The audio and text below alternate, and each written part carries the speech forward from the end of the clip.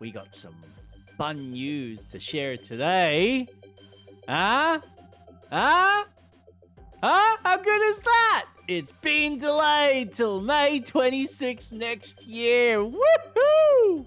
Honestly, I cannot be more excited about this news. I think, as sad as it is for anyone who's probably super pumped and was really hyped for this game coming out this year, I completely understand. I completely understand if this was the one and only game that you were dying to play amongst the Call of Duties, the Marathon, maybe FIFA, or the other sports titles that EA brings out year after year. It sucks, but I think as a gamer who is wanting to play a whole variety of games, we have a stacked year. We've got the Switch 2 coming out, and then you've got games like Elden Ring and Night Rain coming out in May, so that's real soon. You've got the new Doom, the Dark Ages. Following month, your Mario Kart World. Like, June itself is stacked with all the Nintendo stuff. And then on top of that, you've got Death Stranding 2 on the beach, which I think is going to be a very large game for people to kind of sink their teeth into. Not much happening in July that we know of. Unless you're a massive Hobbiton fan and you want to play Tales of the Shire. Nice. You got the Shinobi game, Art of Vengeance. You've got Metal Gear Solid Delta, which is again going to be a big one in August.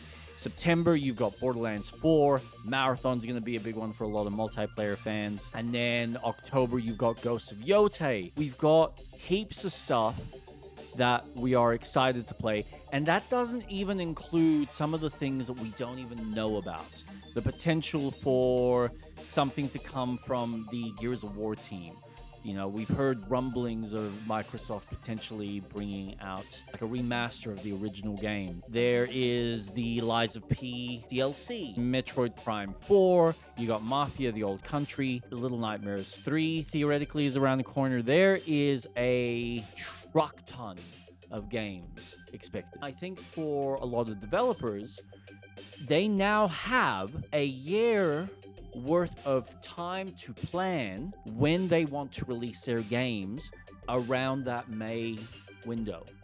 It gives more than enough time for your developers to kind of go, okay, so if it's coming out in May and we were scheduled to maybe release around that time, maybe we can either push harder to try and release the game earlier, or if we've got the funds to support us, give it some more breathing room and maybe release it a month or two later once people have kind of gotten the GTA bug out of their system. Yeah, I think in some ways this is good. I think developers don't need to guess where this game could potentially come out within the next 6 to 8 months, which provides better planning for the developers. It provides better planning for the publishers. I think this is a good move. I think this is a very healthy move.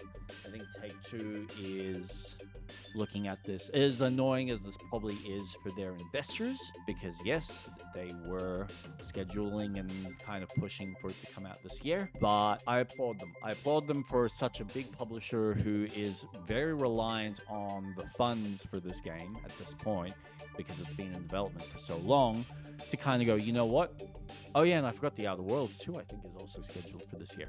We are going to take our time, make sure that this massive ass product is going to be as polished as possible. Well done, Take-Two. You know, fingers crossed that all the publishers and developers look at this date and they can kind of reassess whatever they had plans for next year and kind of look at what their budgeting allows for and kind of go, okay, do we want to bring certain things a little bit earlier and then push other things a little later in the year? So we also don't know when the multiplayer is going to drop, whether the multiplayer is going to drop on the same day or whether they're going to stagnate the multiplayer like they have with GTA 5 and Red Dead 2. So that'll be interesting. I guess we may find out something in the coming weeks if they've already got information on the date. Maybe there is a trailer just around the corner. So I think at this point, with that kind of date confirmed, the game's on. Like, now we potentially will start seeing more of the marketing material coming out to warm people up. Sadly, it does kind of but a small hindrance for people that were maybe looking forward to getting a brand new PlayStation with this game for Christmas. So, yeah, it's a little shitty, but I guess you can still get the PlayStation nice and early for Christmas in preparation for the game in May. Is that what it was? My brain's kind of fried today. May 26th. So that's the day. Put it in your calendars.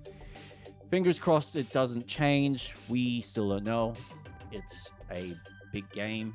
There's a lot of pressure on Rockstar right now to deliver, and it might get pushed back an extra week or two, but fingers crossed this is kind of the date that they have all agreed upon between the team and Take-Two. So yeah, good stuff.